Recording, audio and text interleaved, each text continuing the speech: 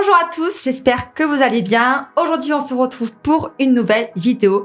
Alors, ces vidéos, pour rappel, c'est quoi? C'est des interviews avec des personnes qui ont fait ou qui font des études en comptabilité. Le but, c'est de vraiment vous montrer toutes les voies possibles et inimaginables avec la comptabilité. Aujourd'hui, on reçoit Yannick qui va nous parler de son parcours, de ses obstacles, de ses réussites, mais aussi de ses échecs pour vous donner des idées. Bonjour Yannick. Bonjour. Ça va? Très bien. Je suis contente de te recevoir aujourd'hui. Moi aussi, très content. Deuxième invité. Ah. Bon, alors présente-toi un peu, très vite fait, qu'on sache du coup qu'est-ce que tu fais. Alors je m'appelle Yannick et je suis expert comptable depuis juillet 2023. Je travaille à la Sodecale. Je suis rentré à Sodecale en 2016. C'est un cabinet toulousain multisite, mais moi je suis essentiellement dans le bureau de Toulouse, diplômé depuis très très récemment. Donc associé dans un cabinet d'expertise comptable. Exactement. Voilà, donc exactement. tu as racheté des parts. Bon, alors qu'est-ce qui s'est passé? Pourquoi tu as choisi l'expertise comptable, Yannick? Honnêtement, c'est vraiment le hasard. En fait, il faut revenir vraiment au début de ma vie. C'est que moi, en fait, je suis né en Afrique et j'ai vécu en Afrique. Et j'étais au Tchad quand j'étais en seconde. Et ce qui s'est passé, c'est que il y a eu des rebelles qui avaient attaqué la ville, etc. Ce qui fait que j'avais été évacué au Cameroun. Et donc, pendant plusieurs mois, je suis pas allé à l'école. En fait, pendant 2 ou 3 mois, le temps de partir sur la nouvelle affectation de mes parents, etc. Et donc, quand je suis arrivé en Tunisie, on était au mois de mai, c'était la fin de la scolarité. J'avais raté quand même pas mal de cours. Et on m'avait dit, soit tu redoubles, soit tu vas en bac STG CFE. Donc, qui était comptabilité financière des entreprises. Enfin, je crois, c'était ça le nom. Tu avais quel âge à ce moment-là? Ouais, j'avais 16-17 ans. C'était pour passer en première, 16 ans. Ouais. J'étais en seconde, j'allais faire 17. Et donc, effectivement, je me suis dit, non, moi, j'ai pas envie de redoubler. Comme je voulais faire ES, je me suis dit, tiens, comptabilité, finance, ça peut être assez proche. Donc, vraiment, je connaissais rien du tout à la comptabilité. Et du coup, je me suis inscrit. Et là, donc, j'ai pas redoublé. Et il s'avère que finalement, en première année et terminale, j'étais plutôt bon élève. J'étais dans les 2-3 premiers. Et j'ai eu mon bac avec mention. Donc, finalement, je regrette pas parce que peut-être qu'en faisant le S ou ES, j'aurais eu plus de difficultés, j'aurais pas été expert comptable. Aujourd'hui, je le regrette vraiment pas. Vraiment pas, ouais. Du coup, c'est vraiment le hasard. T'es arrivé quand en France, toi, alors, parce que...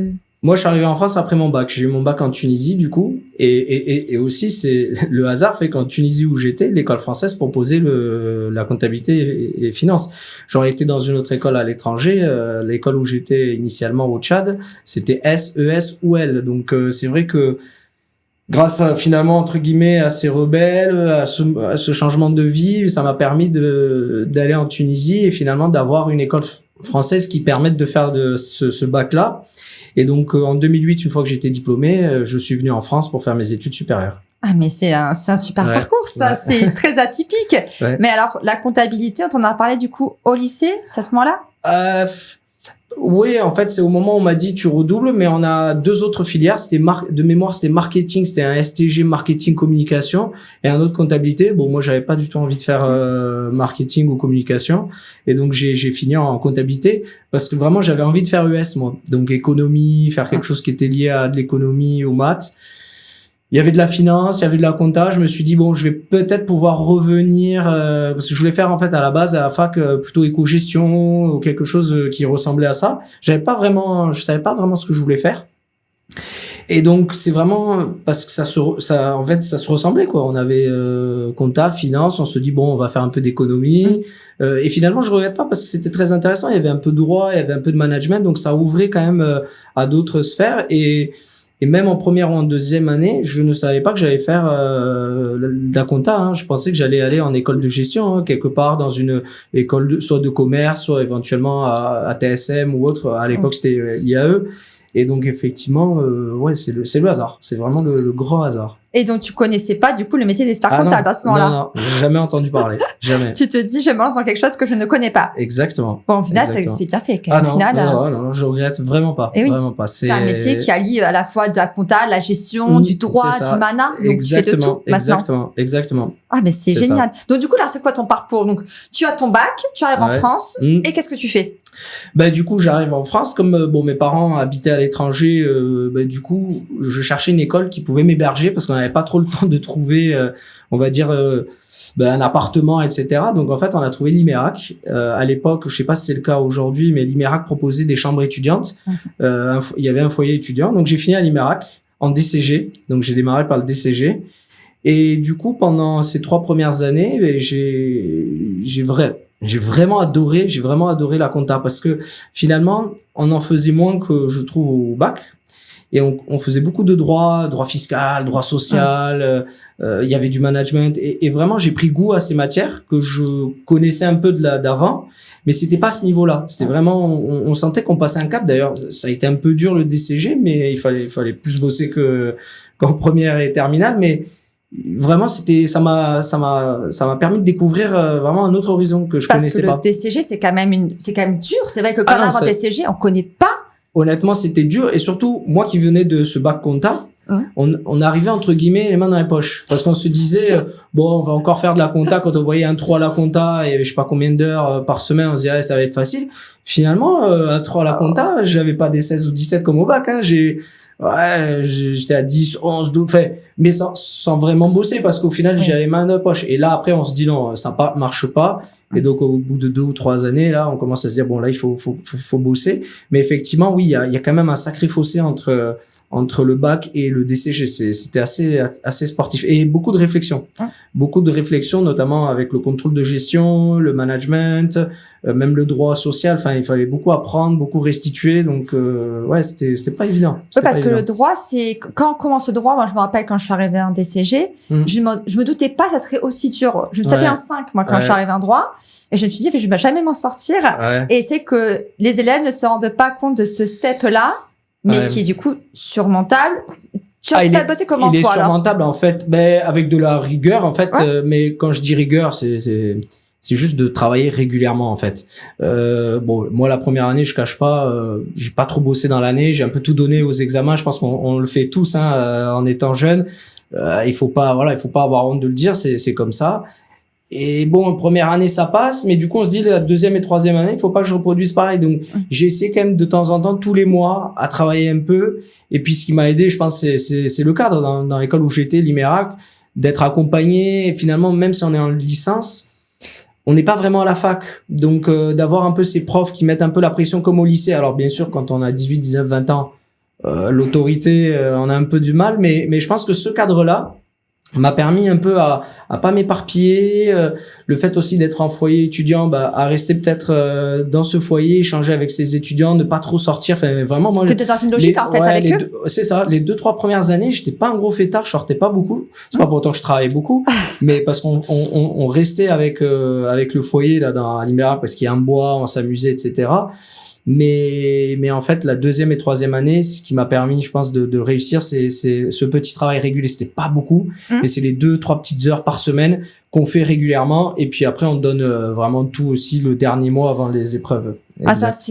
Je pense aussi que c'est un peu un travail régulier, comme tu dis. Le mot régulier, c'est très important parce que, c'est que si tu dis toute l'année je bosse pas, mais les 3 derniers mois je vais bosser, je sais pas si tu arriveras parce que, en fait, c'est plus facile de prendre au fur et à mesure.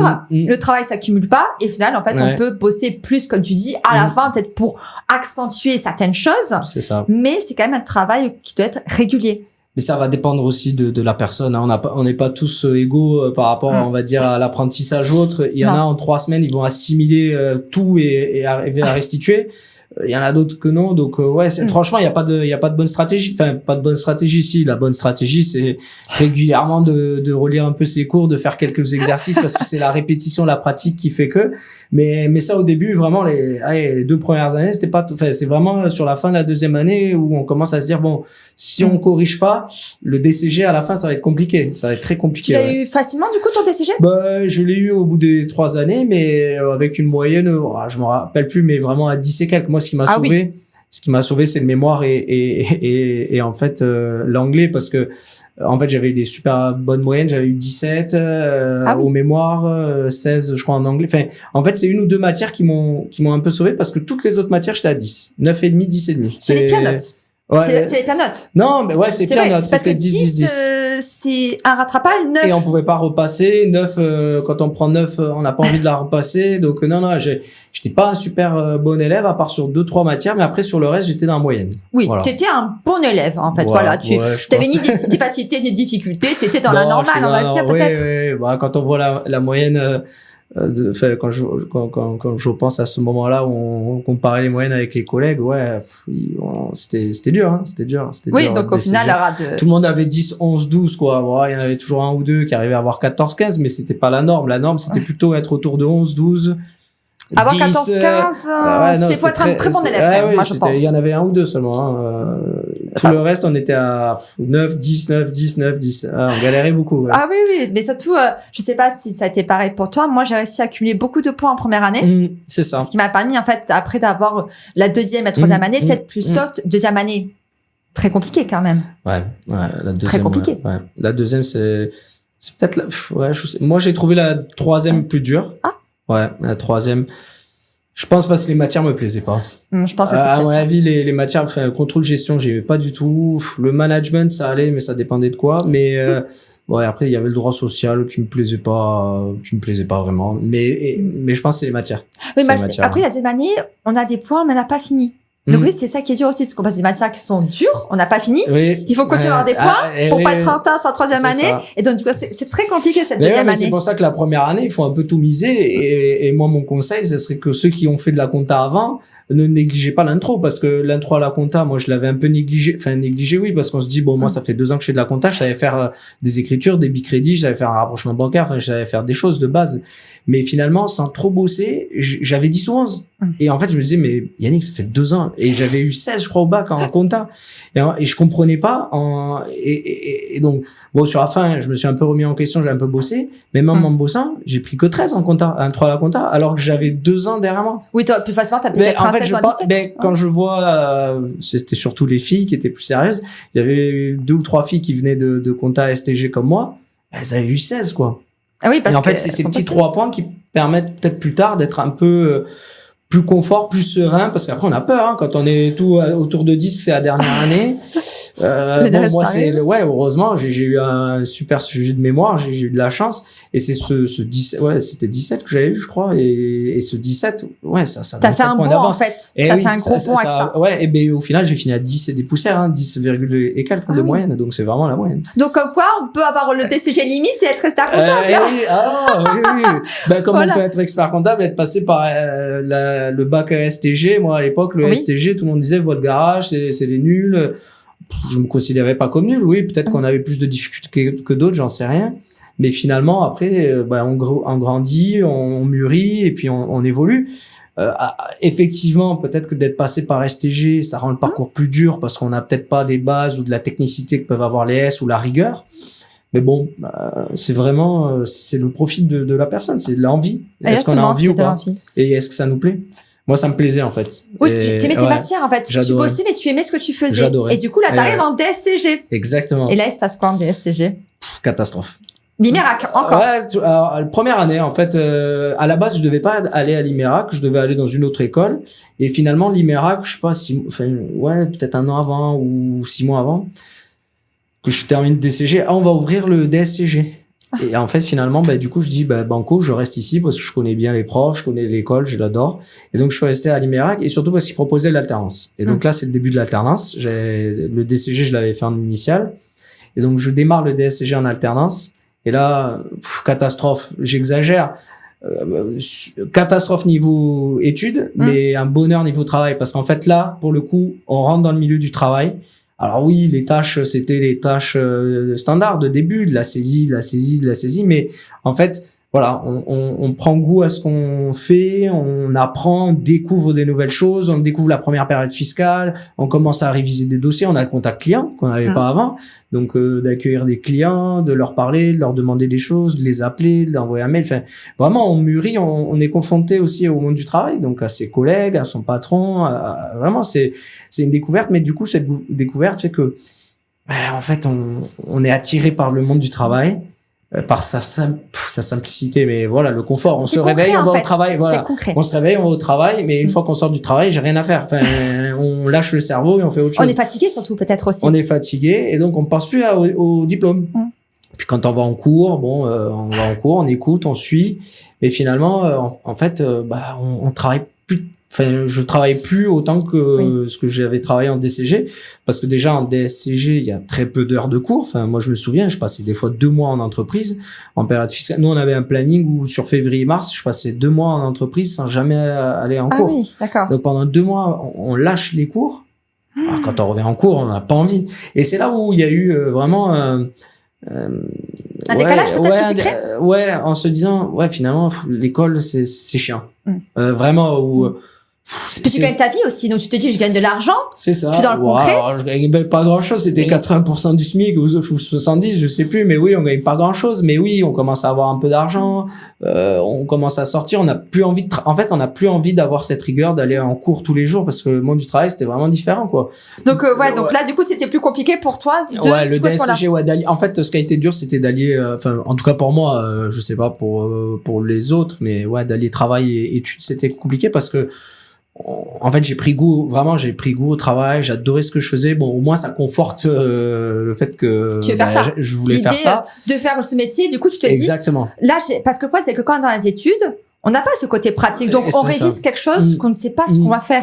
Là, tu t'es dit, là, je sais que ce que je fais me plaît. Ouais. Donc, du coup, ça te conforte. Ouais. Et c'est ça. C'est ça.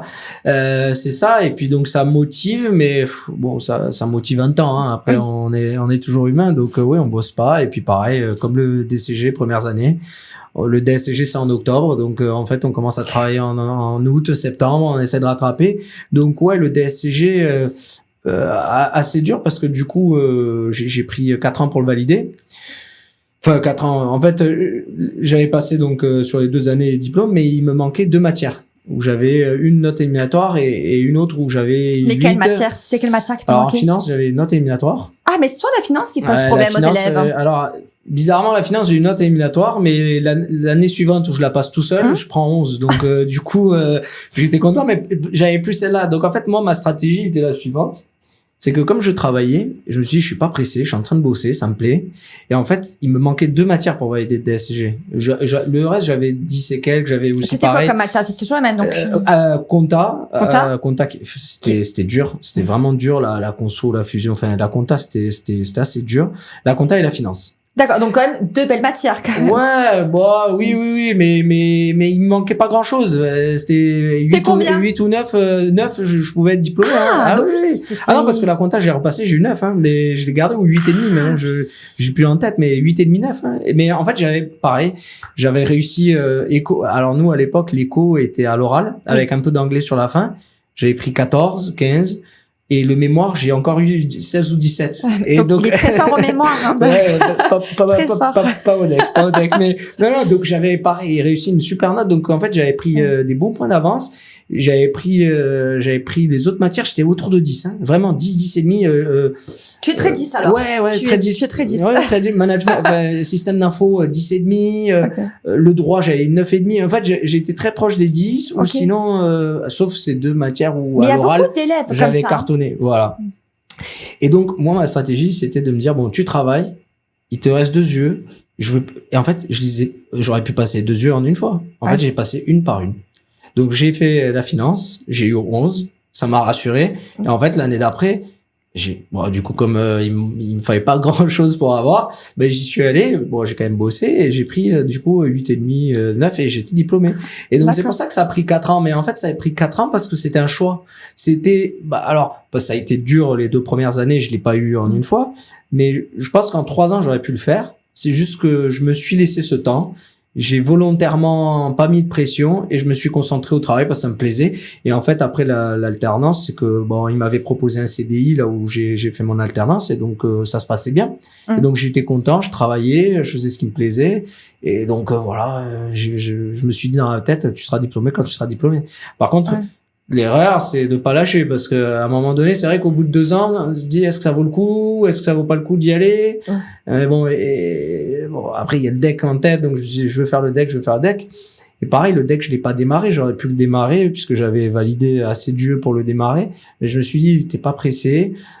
Fais pas de DSLG incomplet, là, parce qu'il y en a beaucoup qui le font. Je le sentais pas, là. Enfin, moi, je sais pas, j'avais plein de choses, moi. T'étais jeune encore, un peu, tu te dis. J'étais jeune. Ah, oui, j'ai pas perdu d'année encore. Non, j'avais jamais redoublé. Le DCG, j'avais réussi. Donc, voilà, quand on est jeune, on n'est pas à 1 ou 2 ans près. C'est pas grave. C'est pas grave. Alors, du coup, là, t'es un DSCG et tu sais que tu es expert comptable. Donc, c'est à ce moment-là que tu découvres un peu l'expertise, peut-être? C'est surtout, en fait, pendant l'alternance. Parce qu'en DCG, j'avais fait des stages. Je vais pas vous cacher que ce stage était nul. Ouais, j'ai fait de la saisie, c'était bien. Mais en 1 mois, on a le temps de rien faire. Je me retrouvais même à faire vraiment des choses qui me plaisaient pas. Bon, après, franchement, j'ai eu quand même un beau maître de stage, que je croise encore de temps en temps. Il m'avait amené quand même 1 ou 2 fois en clientèle, et c'est ça qui m'avait plu. Donc bon, la journée était très longue parce que j'ai rien fait, mais en fait j'ai observé, et donc ça sert aussi à ça un stage. Donc on avait pris sa voiture, on est allé en centre-ville, on est allé voir 1 ou 2 clients, il avait fait les rendez-vous. Donc c'est ça qui m'avait plu, c'était pas être au bureau et finalement saisir, et au-delà de saisir, bon, je faisais des tâches, je me souviens plus trop ce que je faisais, mais ça me plaisait pas. C'est vraiment en DSCG quand on commence à avoir d'autres responsabilités, d'autres tâches, et puis aussi d'être longtemps dans l'entreprise permet à l'expert comptable de vous faire confiance. Moi, pendant 6 mois, oui, j'ai fait des tâches qui étaient pas intéressantes. Chronophage, qui est faible valeur, mais au final, c'est pour que l'expert comptable voit s'il peut faire confiance. Et en fait, au bout de 6 mois, il voit que ça, j'arrive à le faire, on passe à d'autres tâches, t'arrives à le faire, tu passes à d'autres, et au fur et à mesure, au début, la première année, je faisais pas d'assemblée générale, parce que je faisais un peu de juridique. La 2e année, il me l'a fait faire. En fait, c'était par palier, donc... Qu'est-ce que tu dirais à un étudiant qui, aujourd'hui, a besoin de faire que des tâches sans chronophage, qui ne sont pas intéressantes, qui fait beaucoup de saisies, beaucoup de déclarations de TVA, tu dirais quoi à cet élève-là? En fait, c'est nécessaire, et il faut être patient. C'est nécessaire parce qu'au final, quand on est expert comptable, on révise des dossiers, on regarde des rendus. Et en fait, on se rend compte de l'importance de toute la chaîne. Si on vous embête avec un plan comptable, avec des libellés d'écriture, avec des choses, c'est pas pour vous embêter, c'est que le réviseur qui est en haut, qui rentre dans un compte, qui veut voir ce qu'il y a, etc., si c'est bien saisi, si c'est bien, on va dire, révisé aussi, etc., pour nous, c'est un confort, et surtout, très rapidement, on voit de suite les erreurs sur un dossier ou ce qu'on doit voir pour conseiller le client. C'est vraiment, donc, cette rigueur de saisie, elle est pas là pour embêter. Honnêtement, moi, je trouve qu'elle est très utile parce que le libellé va aider, parce que la façon de comptabiliser, est-ce que les assurances, faut créer plusieurs comptes ou pas, pour avoir justement en variation analytique, de bien comprendre. Enfin, au-delà d'assurance ou location, pas tout mettre dans un même compte, de détailler, parce que ça permet après en revue analytique, mais même pour celui qui saisit, de se rendre compte qu'est-ce que j'ai oublié dans le dossier. Et en fait, on le voit de suite. Et ça, au début, on a l'impression que on le sait pas en fait. Même pour le bilan, on le sait pas. Mais on le sait pas. Exact. Mais moi, on m'a bien expliqué. On m'a dit, Yannick, regarde maintenant quand t'as saisi, tu vois, quand tu regardes le dossier, quand t'as fait cette rigueur, en fait, tu vois de suite toi-même tes propres erreurs. Et au début, si on t'accompagne pas comme ça, c'est vrai que il y en a au bout de 6 mois, ils se disent j'en ai marre, je veux arrêter ou je veux vite progresser. Moi, j'ai fait de la saisie pendant quasi 3 ans, à fond. Ah ouais, mais moi, c'est pas que je voulais rester plan-plan, c'est que j'avais le sentiment de servir à quelque chose parce que j'aidais mes collègues, et puis aussi parce que petit à petit que je faisais cette saisie, on me donnait quelques petits dossiers à réviser. Au début des SCI, après des BNC, et petit à petit j'avais l'impression, j'ai eu l'impression d'évoluer progressivement. Alors peut-être pas aussi vite que d'autres, mais moi ça m'allait très bien parce que j'ai découvert le métier différemment. Puis après les premiers contacts avec les clients où on est en autonomie sur les rendez-vous, des choses comme ça. Mais il faut que ça se fasse progressivement. Honnêtement, ça sert à rien de foncer. Surtout quand on fait de l'alternance haute, parce que moi, j'étais bien content de pas avoir moi, je me souviens, en alternance, il y en avait 2 ou 3, là. Ils avaient des sacrées responsabilités. C'est très bien pour eux, hein. Mais 1 fois sur 2, ils venaient pas en cours, s'ils étaient à la rue. Bon, après, c'est pas normal, hein, de la part de son maître de stage. Après les cours, on finissait souvent assez tôt. Ils rentraient chez eux ou ils allaient au cabinet bosser. Je me dis, mais c'est pas une vie, ça. Mais parce qu'ils ont voulu de suite avoir ces responsabilités, de suite peut-être avoir un beau salaire, parce que c'était des gens qui étaient pas sur les profils comme moi à 80% du SMIC, hein. Mais voilà, c'est un choix. Si on en est capable et si on en a conscience, il faut y aller. En fait, il y a pas de parcours idéal, hein. C'est vraiment en fonction de ce qu'on recherche. Et en reparlant du parcours, du coup, donc tu fais ton DSCG et tu pars en DEC. Ouais. Et là? Bah là, j'ai adoré le DEC. Et ben là, je décide de quitter le cabinet dans lequel j'étais. Ouais. Alors, pourquoi tu le quittes, ce cabinet? Mais honnêtement, ça se passait super bien. J'adore l'expert comptable. On se voit d'ailleurs quand j'ai été diplômé, j'ai fait une soirée, je l'ai invité alors que ça faisait plusieurs années que j'avais pas vu. J'essaie de le voir une fois par an. Je passe à son cabinet. Donc non, j'ai gardé des très bonnes relations. Je pars parce qu'en fait, j'étais dans un petit cabinet où on était 8 et je faisais tout. Enfin, je faisais tout. Tous les collaborateurs faisaient tout, voilà. On faisait du juridique, on faisait création d'entreprise, je faisais même la maintenance du informatique, on mettait à jour les serveurs, les logiciels, je gardais la cassette de sauvegarde du cabinet. Enfin, en fait, on faisait tout. Après, c'était hyper intéressant parce que c'était très familial, donc on se connaissait les 8, c'était super cool. L'expert comptable, moi, j'ai adoré, il m'a bien formé, il passait beaucoup de temps à m'expliquer. Vraiment, c'était un expert comptable à l'ancienne, donc vraiment une approche du métier qui est différente, mais qui était très formatrice. Et en fait, je vais le voir et je lui dis, écoutez, moi, après cette période fiscale, voilà, j'ai envie de voir autre chose, j'ai envie de voir un cabinet plus structuré, où je ferais pas de juridique, où on aurait une équipe sociale vraiment bien, enfin, des juristes, des informaticiens, quelque chose de plus structuré. Et c'est comme ça que j'ai fini, du coup, à la Sodécal, où il y avait vraiment des équipes support et où le métier c'était le collaborateur comptable fait la compta, quoi. Et d'accord. Donc j'ai fini là, mais ça s'est très très très bien passé, hein. J'ai annoncé mon départ en décembre janvier, je suis parti qu'en octobre, hein. Ah oui. Oui, mais ça s'est fait en toute intelligence. Je voulais, enfin moi ça se passait tellement bien que je voulais pas le mettre en porte-à-faux, donc j'ai dit écoutez, je termine la période fiscale. La période fiscale s'est terminée, j'étais encore très bien, j'avais pas trouvé de bonnes opportunités. Alors il faut savoir qu'aussi à l'époque le marché était pas comme aujourd'hui. Déjà, moi à l'époque pour trouver une alternance, c'était galère. Vraiment, j'ai envoyé 150 CV. Hein. J'ai envoyé 150 CV. J'ai pris l'annuaire. J'étais allé à l'ordre. Je sais pas s'ils le font encore aujourd'hui. On avait l'annuaire. J'avais écrit 150 mails. J'avais appelé quelques cabinets. J'ai eu 3 ou 4 retours, je crois. Mais vraiment, ouais. Parce que le marché était pas comme ça. Et pareil, à l'époque que je cherchais boulot, c'était pas comme ça. Aujourd'hui, on est tout à fait conscient qu'à partir du moment où un alternant ou même quelqu'un moi j'avais déjà, du coup, 5 ou 6 ans d'expérience quand je démarrais ma première année de DEC. Et ben, malgré tout, j'ai fait que 4 ou 5 entretiens, hein. Enfin, Et du coup, le DEC? Et le DEC. Comment ça s'est passé, ces épreuves de DEC? Ah, super. Enfin, super. Le DEC, non, le DEC en soi, super, parce que c'était vraiment, en fait, le DEC, finalement, c'est beaucoup de travail au bureau, hein. On a 8 ou 10 journées à l'ordre. C'est pas ça qui prend du temps. Bon, ce qui prend du temps, c'est... Les rapports, peut-être? Les rapports. J'avoue que j'ai pris beaucoup de retard sur mes premiers rapports. Oui, j'ai rendu 2 rapports au bout de 2 ans. Donc non, beaucoup de retard sur les rapports. Bon, à l'époque, ils relançaient moins qu'aujourd'hui. Aujourd'hui, ils ont un peu plus ils relancent un peu plus vite. Ouais, on reçoit très vite un recommandé. À l'époque, bon, voilà, ils étaient un peu plus cool. Ils appelaient. Ouais, mais bon, c'était peut-être pas la bonne technique. C'est vrai qu'il faut mettre un peu de pression. Mais ouais, les rapports, surtout les rapports, voilà, faut trouver le petit sujet, faut avoir envie de... Pas évident. Pas évident. Et puis surtout le DEC, on commence finalement à rentrer dans tous, hein, à peu près, à des rôles de responsabilité, parce qu'en fait, on est stagiaire, une grosse partie a de l'expérience d'avant. Puis finalement, au DEC, on a des étudiants, je sais pas, on n'est pas étudiants, mais il y avait des gens qui avaient 40 ans, 45 ans, hein, qui étaient collaborateurs depuis 20 ans, qui reprenaient leurs études voilà, donc il y a vraiment plein de profils.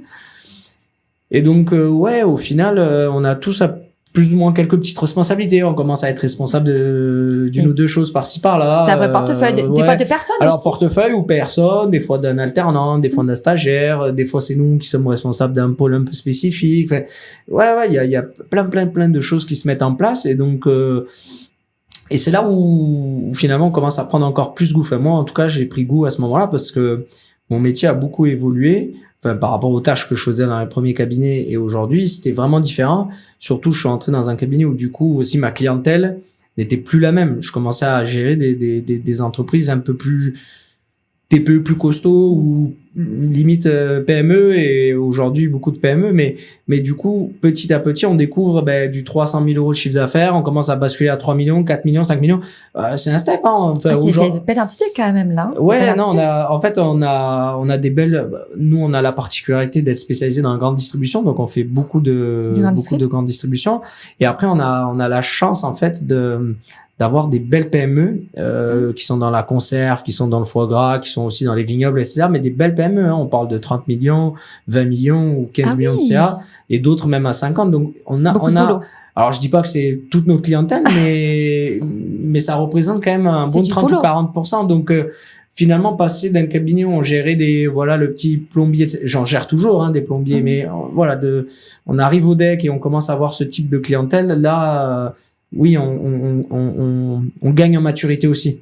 Parce que les clients sont pas les mêmes, les enjeux sont pas les mêmes, la façon de réviser les dossiers c'est pas la même, l'attente du client est pas la même, et donc ça nous plaît. Et puis surtout, c'est des clients où vraiment il y a plein de choses à faire, quoi. On les voit régulièrement, on échange sur plein d'autres choses que de la compta pure. Le plombier, malheureusement, il a pas forcément trop les moyens, donc souvent lui c'est la compta, la TVA, il vous ramène les pièces. C'est super de discuter avec lui, mais effectivement quand on rentre dans d'autres sphères, c'est d'autres problématiques d'optimisation avec la SI. Il a des enfants qui vont lui racheter ses parts, qui commencent à être adultes. Qu'est-ce qu'on fait? Enfin, il y a d'autres enjeux en fait qui rentrent.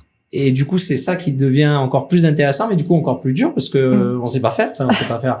En tout cas, c'est nouveau, en fait. C'est nouveau. Donc, on apprend grâce aux experts comptables avec qui on travaille, avec aussi les collaborateurs, parce qu'il faut pas le cacher, il y a des collaborateurs qui ont 30 ans d'expérience, qui ont beaucoup à nous apprendre. Bien sûr, qui sont bien meilleurs que nous. Et donc, en fait, on apprend de tout, des collaborateurs, on apprend des clients aussi, parce qu'il y a des clients qui nous apprennent des choses. Et donc, petit à petit, le deck, on commence à se dire, le métier d'expert comptable, c'est génial. C'est vraiment génial. Et les épreuves, alors? Les épreuves, comment ça se passe? Parce que du coup, tu parles du fait que tu prends des responsabilités. C'est du coup, t'as du boulot qui s'accumule avec des entités de plus en plus grosses. Alors, qu'est-ce qui se passe pour le deck? Pour le deck, en fait, les épreuves, c'est autre chose. C'est autre chose parce que finalement, les épreuves, elles arrivent qu'au bout de 3 ans. Oui. Donc, en fait, pendant 3 ans, on fait sa vie. Enfin, pas pour moi, mais tous ceux autour de moi, il y a des enfants, il y a des mariages.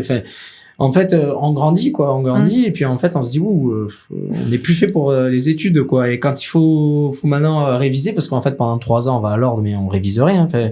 On fait les e-learning, on suit un peu les cours, mais je veux dire, il n'y a pas d'épreuve, il n'y a pas d'exercice. Il n'y a pas d'examen. Voilà, chaque année, t'as pas l'examen de fin d'année comme tu peux avoir dans les autres. Exactement. Donc, au final, on lâche un peu cet aspect étudiant. Ouais. Donc, quand il faut se remettre à travailler la déontologie ou la révision, à se poser un samedi, faire 3 heures d'exercice, 2 heures. C'est dur. C'est dur. C'est dur. Autant rester au bureau, être concentré 3 heures sur un bilan ou sur un cas ou autre. Franchement, ça passe vite et ça nous plaît. Oui. Mais 3 heures, c'est dur, c'est très dur. Parce que notre cerveau n'est plus habitué à faire ça. Exactement. Donc se remettre dans une logique étude, c'est dur, c'est vrai. C'est ça. Non, c'est complètement. Et puis même écrire. Enfin, moi je passais des examens blancs là, tout seul. Enfin tout seul non, avec l'annexe. On allait le samedi se retrouver avec d'autres stagiaires experts comptables. On faisait les épreuves et finalement. Waouh, au bout de 4 heures, on avait le poignet, on avait mal. Non, mais on se rend compte que finalement, de pas faire cet exercice et puis même d'être assis, d'être là, de réviser. Donc la préparation à l'épreuve elle est dure, on va dire plutôt par rapport à ça, là, le fait qu'on sort un peu de ce système scolaire. Après, honnêtement, on apprend beaucoup de choses qu'on peut faire au quotidien. Après, c'est beaucoup de pratique. En fait, il faut pratiquer, donc on va faire beaucoup d'exercices. Le plus dur pour moi, ce sont pas la déontologie et la révision. Je pense que c'est vraiment le mémoire, parce que. D'accord. Pour toi, c'était l'épreuve la plus dure? Ben oui, parce que j'ai 2 ans. Il m'a fallu 2 ans pour trouver un sujet. En fait, c'est le sujet. En fait, finalement, les 3 années, elles passent très très vite. On arrive au bout des 3 ans et on se rend compte qu'on n'a pas de sujet. Bon, il fallait peut-être que je réfléchisse avant, mais on est tellement pris par le travail. Logique, je pense, c'est dans la logique. C'est ça, le travail, mon investissement, etc., associatif, plein de choses qui font que on arrive au deck et on se dit, ah merde, j'ai pas de sujet. Et donc, en fait, pas de panique, hein. Pas de stress. Voilà, pas de stress. Comme au DSCG, on se rend compte qu'il y a les épreuves, je décide quand même de passer mes 2 épreuves écrites. Et finalement, je dis, bon, le mémoire, on verra. Et puis, bon, au bout de 6 mois, je commence à avoir une réflexion, j'ai un sujet. Mais pareil, la notice, 1 an pour la écrire et le mémoire, 1 an pour l'écrire. Mais 1 an, mais pas parce qu'il faut 1 an. C'est que, en fait, je faisais petit à petit. Je travaillais. Alors, peut-être parce que je travaillais trop ou j'étais trop concentré par le travail, mais parce que j'adore ce que je fais. Et donc, c'était on a tendance à oublier qu'on a un diplôme au bout. Oui. Et tu l'as au bout de combien de temps alors ce diplôme? Je l'ai eu au bout de moi j'ai fait mon stage en 16, 17, 18, donc je le termine en 18, je demande une prolongation de stage de 6 mois parce qu'en fait j'avais pas rendu mon 4e rapport, la notice. Donc je rends une notice fausse, enfin je rends une notice pour rendre la notice pour avoir l'attestation de fin de stage, mais qui n'est pas du tout mon sujet. Et donc finalement c'est en juin 2019 que je termine mon stage d'expertise comptable. D'accord. Et je ne suis diplômé que en mai 2023 quoi, enfin juillet les résultats, donc je passe en mai 23. Alors j'ai passé en fait je devais passer en mai 2020. Finalement il y a eu Covid. Donc ça a été repoussé à novembre 2020. Donc en novembre 2020, je vais à Paris, je passe la déontologie, la révision. Donc la déontologie, j'arrive à avoir 13. Par contre, la révision, je crois que j'ai pris 7 ou 7 et demi. Donc un peu une catastrophe. Bon, j'étais préparé, hein. J'ai pas vraiment trop bossé la révision. Et donc toujours pas de sujet. Et en fait, je pense que l'erreur que j'ai faite, c'est de vouloir passer la révision à tout prix sans avoir le mémoire. Parce qu'en fait, les matières, elles se compensent pas tant qu'on n'a pas tout passé. Donc ça sert à rien, j'ai envie de dire, tant qu'on n'a pas passé le mémoire. Mais moi, dans mon esprit, c'est de dire, tu vas passer la révision, tu vas avoir 10. Ah, ok. En fait, j'ai jamais eu 10. Enfin, sauf la dernière année où je la passe. Et donc, j'y vais en 21. Ouais. Je prends 8,5. J'y vais en 21 en novembre. Je prends 8.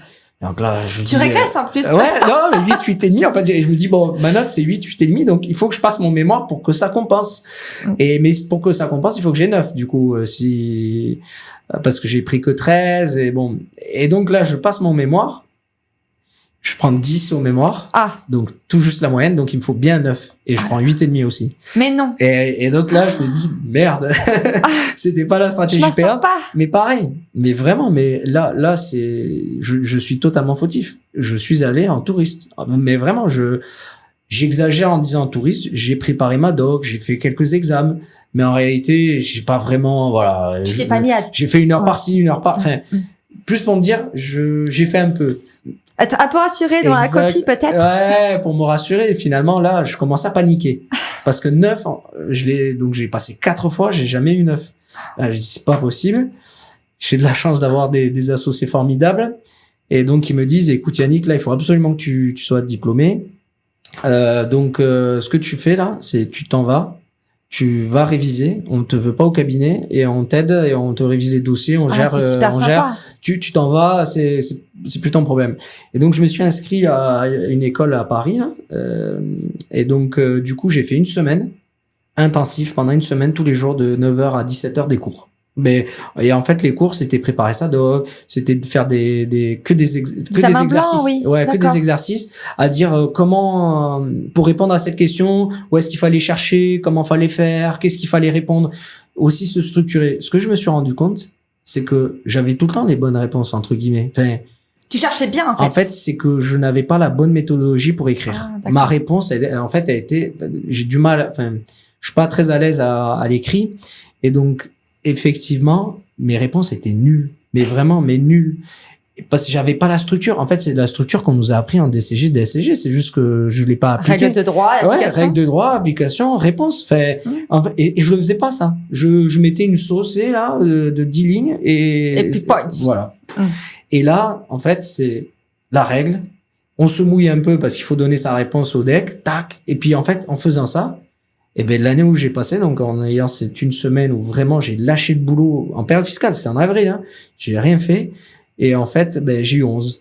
Ah, génial. Et 11, je trouve que c'est une très très bonne note pour la révision, c'est très bien. Mais pourquoi? Parce que là, du coup, en fait, c'est pas Quand je dis c'est pas dur, oui, les gens vont rigoler, ils vont dire ah mais tu vas passer 5 fois. Non, c'est qu'en fait les 4 premières fois, je suis allé en touriste. Ouais, t'étais pas préparé. Et quand tu t'es préparé, ça a marché. Et pourtant, j'étais entre guillemets bien accompagné. J'allais à des choses de l'annexe, mais en fait, je le prenais pas avec la rigueur. Je suivais pas. Je ratais une fois sur deux les samedis où il fallait y aller. Je trouvais toujours une excuse, quoi. Il y avait toujours un match de rugby, il y avait toujours un apéro. Non, mais vraiment, il y avait toujours une excuse. Et donc, on n'avait pas cette rigueur. Et là, le fait de pendant une semaine faire que ça, ça a marché, quoi. Ça a marché. Alors là, tu parles de l'annexe. C'est bien qu'on parle de l'annexe. Alors, tu as été président national pendant 2 ans, de 2017 à 2019. C'est ça. Alors, pourquoi t'être engagé au niveau national? Franchement, en plus, l'histoire est vraiment, vraiment très drôle parce que ça démarre en fait par un coup de fil. Moi, l'annexe, donc quand j'ai démarré mon stage en 2016, l'annexe était venue présenter comme chaque année aux stagiaires. Voilà. Bon, franchement, j'écoutais sans vraiment écouter. Je disais ouais, c'est super, mais bon, ça a l'air trop intellectuel pour moi. Enfin, ils ont l'air trop sérieux. Je sais pas. Enfin, ça va pas me plaire. Ça fait l'image. Donc j'y vais. Ouais, donc j'y vais pas. Et en fait, je sais pas, 2-3 mois après, je suis chez moi tranquillement en train de préparer mes affaires. J'allais sortir pour une soirée. Et là, j'ai un coup de fil de Rodolphe Riveran, qui était un ami à moi de DSCG. Et je l'avais pas eu depuis 3 ou 4 ans. Donc s'il m'appelle, dans ma tête, je me suis dit, il va me demander un service. Enfin, c'est vrai, quelqu'un qui t'appelle pas depuis 3 ou 4 ans. Oui, c'est vrai, c'est des gens qui tentent quelque chose. Oui, tu t'es dit, bizarre, pourquoi il m'appelle, il a un truc à me demander. Tu réponds parce que c'est des gens qui t'appellent jamais, tu t'es dit. Si, je réponds. Voilà. Si, je réponds. Donc, je réponds. Et il me dit, ouais, salut Yannick, je suis à l'annexe. Enfin, bon, ouais, tu vas bien. Enfin, bon, les banalités de début, ça fait longtemps. Qu'est-ce que tu viens? Bon, ouais, le stage, mais moi aussi. Alors lui, je crois qu'il avait 1 année d'avance ou 2, je sais plus, de stage. Elle me dit, putain, je suis à l'annexe. Viens, cette semaine, il y a une soirée, on ouvre le bureau à tout le monde, viens voir. Je suis, ah, putain, mec, franchement, non.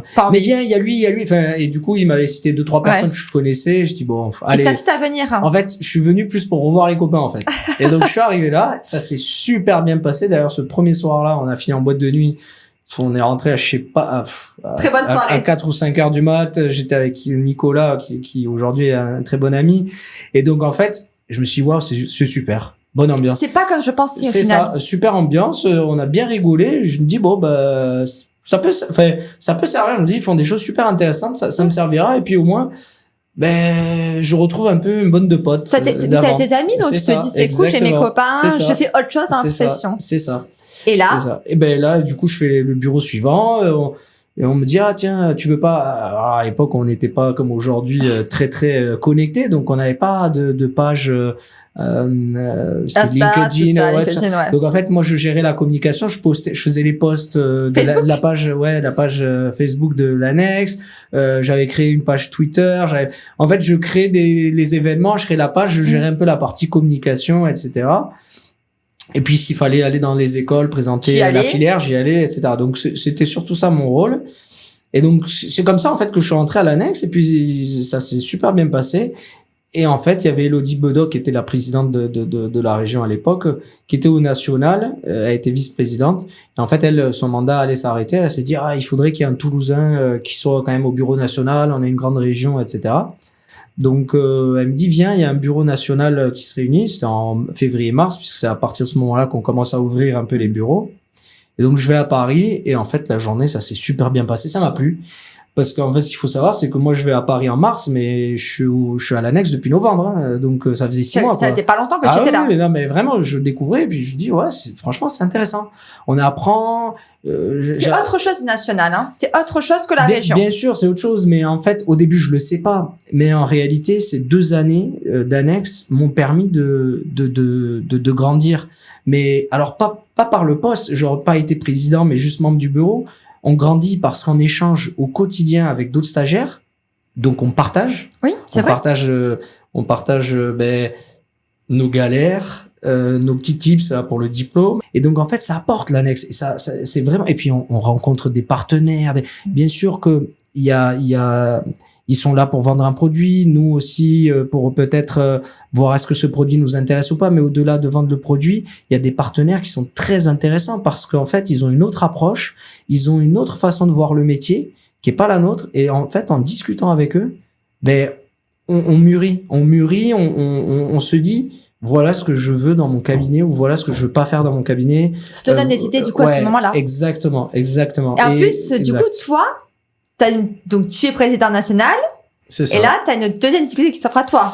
C'est ça. Et sachant que j'ai pas le deck, parce qu'au final, 2017-2019, j'arrive à la fin de mon deck, mais bon, sans trop de sujets. Et là, on te propose quelque chose. Exactement. En fait, je commence à avoir un peu de responsabilité au cabinet. Et en fait, sur l'année 2020-21, les deux associés de mon bureau à Toulouse, ils m'invitent au restaurant et donc ils me disent est-ce que ça t'intéresse de continuer avec nous? Et je dis mais bien sûr, etc. Et donc petit à petit ils commencent à me dire en fait on aimerait bien t'associer. T'associer une fois que t'as le diplôme. C'était un peu ça une fois que t'as le diplôme. Et donc mais en attendant d'être associé, j'avais quand même les responsabilités. Franchement en fait vraiment, je leur suis reconnaissant parce que ils ont été très transparents dès le départ. Partager les chiffres, partager presque les salaires des collaborateurs avant même que j'ai un poste. En fait, ils m'ont dit, il faut cette transparence pour que tu saches dans quoi tu rentres. Et en fait, j'ai dans la gestion interne à m'expliquer des choses. Et donc, petit à petit, me donner des choses. Donc, mon rôle n'était pas clairement défini au sein du cabinet. Tu étais entre les deux. Mais pas vraiment encore directeur. Une zone d'ombre, en fait, c'était une zone d'ombre en se disant, une fois que t'es diplômé, c'est bon, ça sera officiel, on bascule. D'accord. Puis, comme je vous l'ai dit, le diplôme tardant, finalement, ils m'ont dit, allez, on t'associe. Et donc, je deviens directeur de bureau en 2021 et je m'associe en 2021. Et finalement, je suis diplômé en 2023. Mais alors, comment ils le prennent dans le bureau? C'est vrai que, est-ce que les collaborateurs le prennent mal que tu sois diplômé, que tu sois, associé avant d'être diplômé? Honnêtement, je pense pas. Non, je pense pas. En fait, à mon avis, ce qui va jouer sur ça, c'est la légitimité ou pas. Et en fait, si vous font confiance et comment étaient vos relations avant. Alors, je dis ça, c'est pas prétentieux pour ma part, mais je pense que j'étais légitime. Parce qu'en fait, ces collaborateurs m'ont vu m'investir, faire autre chose que de la comptabilité, par rapport à mon rôle annexe, parce que faut pas oublier que président national, j'étais pas souvent au bureau, et c'est aussi grâce à quand même à mes associés, parce que mine de rien, ils ont un peu, pas allégé, mais on va dire. Ils t'ont permis d'avoir ce rôle-là quand même. Non, mais sans le rôle, c'est surtout mon portefeuille. Ils l'ont construit pour que je puisse m'absenter assez régulièrement parce que à Paris, j'étais quasiment, il y a des périodes où tous les 15 jours on est à Paris, toutes les semaines on est à gauche, à droite dans une région pour un événement. Donc, non, ils m'ont libéré beaucoup de temps. J'ai eu beaucoup d'absence au travail. Donc, en fait, de ce rôle-là qui m'a donné peut-être une maturité, ou aussi les collaborateurs voyaient que j'étais un peu responsable à l'extérieur du bureau, alors sans faire la promotion de bureau, mais en me disant tiens, il est président national des stagiaires. Quand je revenais au bureau, je mettais en place des process, j'essayais d'améliorer un peu le quotidien des collaborateurs en mettant en place des harmonisations de fichiers, de notre façon de travailler, notre dossier de travail, etc. Donc en fait, petit à petit, je faisais ça. Et je pense, du coup, j'étais légitime par rapport aux collaborateurs. Je pense que ça les a pas étonnés que je devienne directeur de bureau. D'ailleurs, pour la blague, il y en avait 2 ou 3 qui me disaient, tu seras futur associé. Quand on rigolait, parce que j'étais collaborateur comme à la machine à café. De toute façon, toi, t'es le prochain associé. Tu étais très investi, en fait. Voilà. Donc, pour eux, moi, honnêtement, je voyais pas du tout si j'allais être ou pas associé. C'est vraiment venu par hasard. Et en fait, je m'entendais bien avec les associés, je m'entendais bien avec la vision, je m'entendais bien avec comment était organisé notre cabinet, la clientèle, les autres associés, parce que ma associé là, c'est pas que avec ses associés que j'ai au quotidien, c'est aussi les autres associés qui sont sur les autres sites. Et donc tout ça m'a rassuré. Et donc non, franchement, j'ai pas eu de problème, très rapidement légitime, etc. Et ils me font, et c'est la confiance. Et les clients alors, comment ils ont réagi? Les clients, en fait, c'est surtout comment on l'a présenté. Le client, ce qui est important, c'est le titre. Le titre.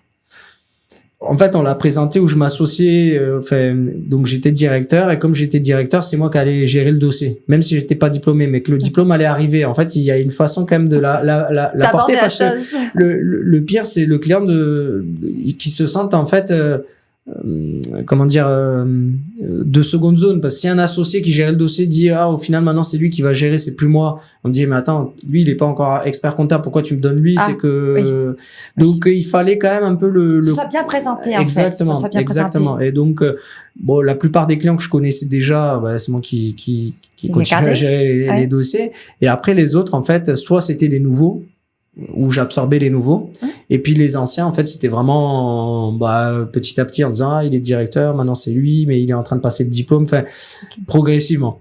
Oui, ça a été bien fait. Oui, il faut, parce que il y a rien de pire qu'un client qui va se dire mais pourquoi maintenant j'ai plus le droit à l'expert comptable, c'est au directeur, il est pas diplômé, mais pourquoi moi, pas l'autre. Donc il faut faire attention, et ça il faut le faire de manière intelligente, et c'est en fait c'est ça qui a permis de trouver mon sujet de mémoire, puisque mon sujet de mémoire a été l'harmonisation. Enfin, en gros, on est multisite, donc c'était d'harmoniser les méthodes de travail, mettre en place des process internes, tout en utilisant des outils collaboratifs au sein des différents sites. Et en fait, c'était ça mon sujet de mémoire, c'était d'accord. Un cas pratique. Bon, t'avais ton cas pratique. Ouais, et donc en fait, moi vraiment, au final, je travaillais pas trop à faire de la comptabilité ou autre. J'ai beaucoup fait de fichiers, j'ai beaucoup amélioré le dossier de travail, j'ai essayé de process, pas tout seul, bien sûr, pas tout seul. On était plusieurs, et il y a un groupe au sein du cabinet, on est une dizaine, on échange. Et en fait, on essaie de mettre en place des choses pour processer. On continue toujours d'ailleurs, parce qu'il y a plein de chantiers. Et donc effectivement, c'est ça qui, en faisant ça, ça a déclenché, mais c'est génial, je vais faire ça comme sujet de mémoire. Ça t'a plu en plus? Ça m'a plu. C'est que t'as fait un sujet qui t'a plu? C'est important. Et qui était concret. Et qui est concret. Ah oui, bien sûr. On va pas se cacher, il y a plein de sujets de mémoire finalement, pas qu'on invente, mais on fait pas tout, on va pas jusqu'au bout, mais pour le deck, on l'aile du corps. Enfin voilà, on l'enjolive. On va pas inventer certaines choses, peut-être. Alors j'ai aussi beaucoup enjolivé mon mémoire, mais il y a quand même eu beaucoup de pratiques, donc ça a été beaucoup plus simple après dans la rédaction. Et donc toi, tu voulais du coup t'associer, ou tu savais pas trop ce que tu voulais faire? Toi, tu savais que tu voulais t'associer plus tard quand t'es un DCG. Tu pensais t'associer? Non, en fait, quand j'avais démarré le deck, moi, je m'étais dit, tu vas créer ton cabinet. Ah, d'accord, rien à voir. En fait, je voulais créer mon cabinet parce que je voulais ma propre méthode, mon propre logiciel, choisir les personnes. Enfin, mettre de tes décisions. Voilà, exactement, au début. Et puis, en fait, plus j'avançais, plus j'ai changé. Et d'ailleurs, aujourd'hui, j'ai plus du tout la même vision du métier. C'est que je pense que c'est trop dur de se lancer. Pas trop dur. Je vois pas comment on peut exercer tout seul, parce que le métier change tellement.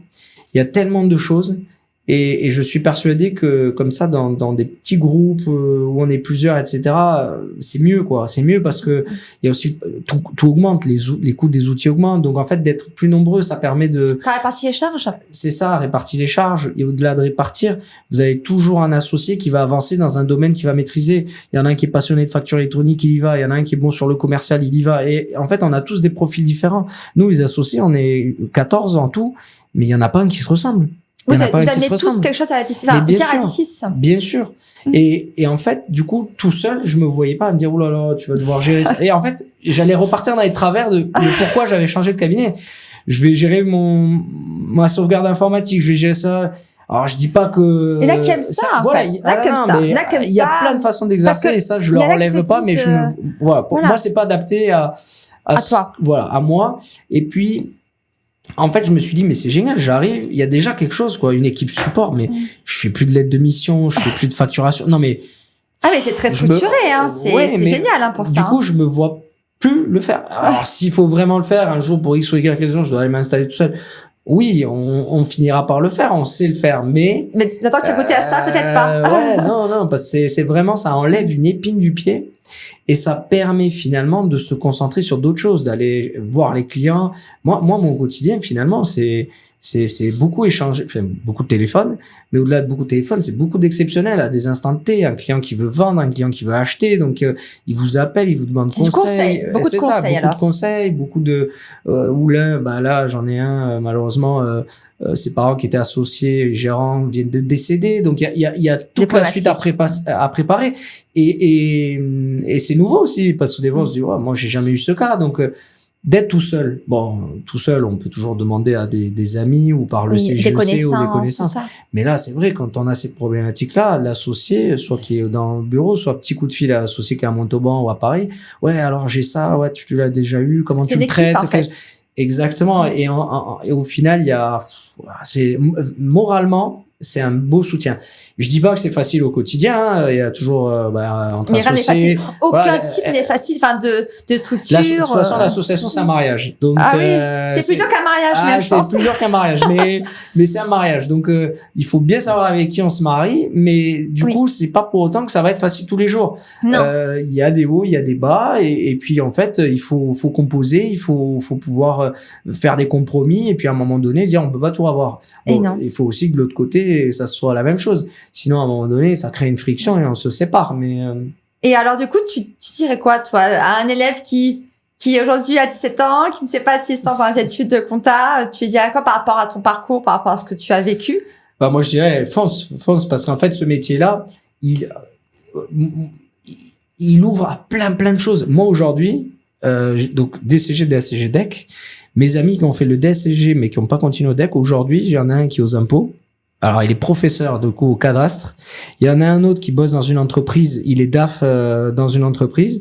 J'en ai un autre qui bosse chez Airbus. Et après, il y en a plein qui sont devenus experts comptables. Mais ce que je veux dire, c'est que finalement, on fait pas tous la compta. Il y en a un même qui fait du contrôle de gestion dans une très grosse boîte.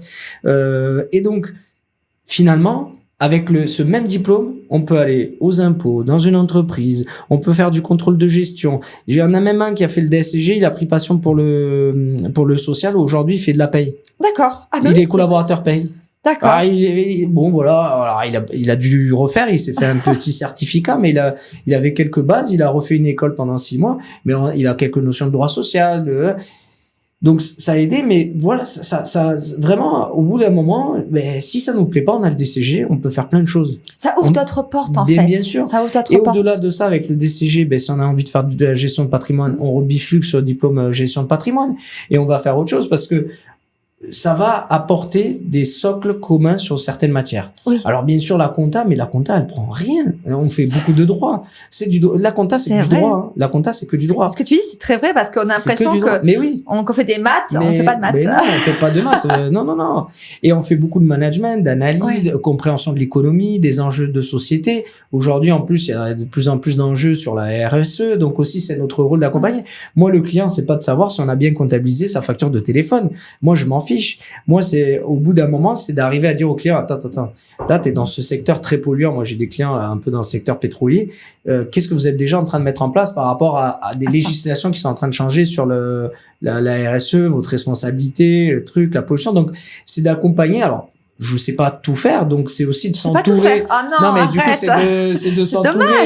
Et c'est ça qui est important d'être dans ces associations, que ce soit l'annexe, aussi ces syndicats, ou même d'autres associations. Il y en a plein, ou des trucs professionnels. C'est que moi, je sais pas faire sur la partie RSE. Voilà, je sais orienter mon client, mais je vais aller l'orienter vers un expert. Voilà, vers un expert de ça. Et je le mets en relation. Comme moi, quand je dois faire de la prévoyance ou des retraites, je comprends le principe, je vois à peu près ce que je dois mettre en place avec le client. Et je le mets en relation avec la personne avec qui je travaille beaucoup. Et au fil du temps de ces expériences, on va rencontrer des gens avec qui on a envie de travailler. Et donc moi aujourd'hui, pour la prévoyance retraite, je travaille toujours avec la même personne. Pour d'autres enjeux, ça va être en fonction.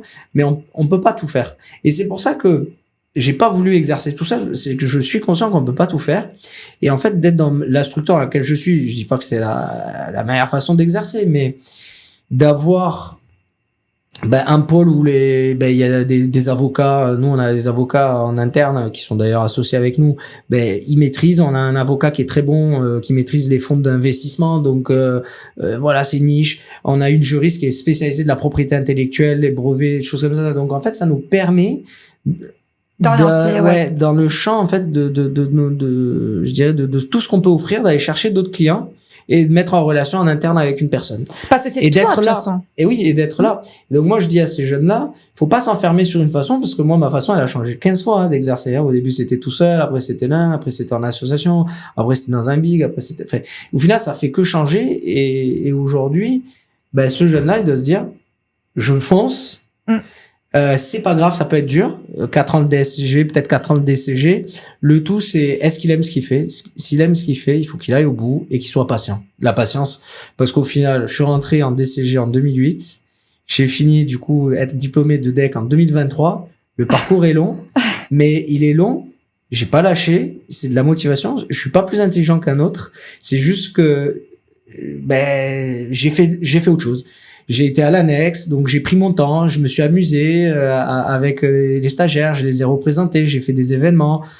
Après, je suis allé avec mon cabinet, j'ai passé du temps à plutôt, on va dire, à ma carrière en tant que directeur. Donc, et au fur et à mesure, voilà, on fait ce qu'on a envie de faire.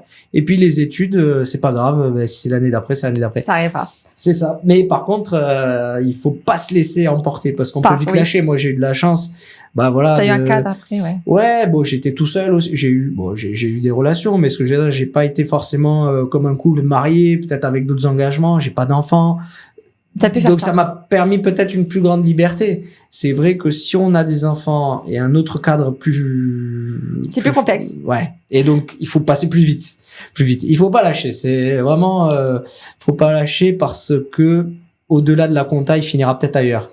Assureur, banquier, peu importe, mais tout ce qu'il aura vu en DCG, DSCG lui servira. Merci beaucoup en tout cas Yannick pour tous tes conseils. Merci. C'était vraiment un interview top. Je suis très contente. Moi aussi très content. Si vous avez des commentaires, si vous avez aussi des choses à te demander, ça peut arriver. Ah oui, avec plaisir. Voilà, merci pour votre écoute, merci pour la participation et à bientôt pour une nouvelle vidéo. Merci.